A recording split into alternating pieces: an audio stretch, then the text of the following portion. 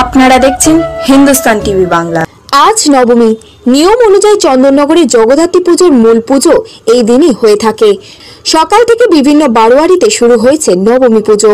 অন্যান্য বছরের মতো এবারও একই নিয়মে পুজো হলেও করোনা আতঙ্কে এবার বেশ কিছু নিয়ম শিথিল করতে হয়েছে সাধারণ মানুষের জন্য। নিয়ম অনুযায়ী এদিন অঞ্জলি দেওয়ার নিয়ম থাকলেও সামাজিক দূরত্ব বজায় রাখার কারণে এবার অনেক বারোয়ারিতে তা বন্ধ রাখা হয়েছে।